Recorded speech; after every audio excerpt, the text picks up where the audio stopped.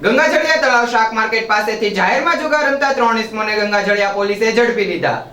ભાવનગર શહેરના ગંગાજળિયા પોલીસે પેટ્રોલિંગમાં હતી તે દરમિયાન બાતમી રાહે હકીકત મળી હતી કે ગંગાજળિયા તળાવને નારાયણીયન નાસ્તા ગ્રુપ સામે સ્ટ્રીટ લાઇટના અંજવાળે જાહેરમાં જુગાર રમતા અફઝલભાઈ રજાકભાઈ શાહ, અઝહરભાઈ ઇકબાલભાઈ શર્માળી અને તોફિકભાઈ જમાલભાઈ ખોખરને પોલીસે કુલ રકમ 4240 ના મુદ્દામાલ સાથે 3 ઇસમોને ઝડપી કાયદેસરની કાર્યવાહી હાથ ધરવામાં આવી હતી।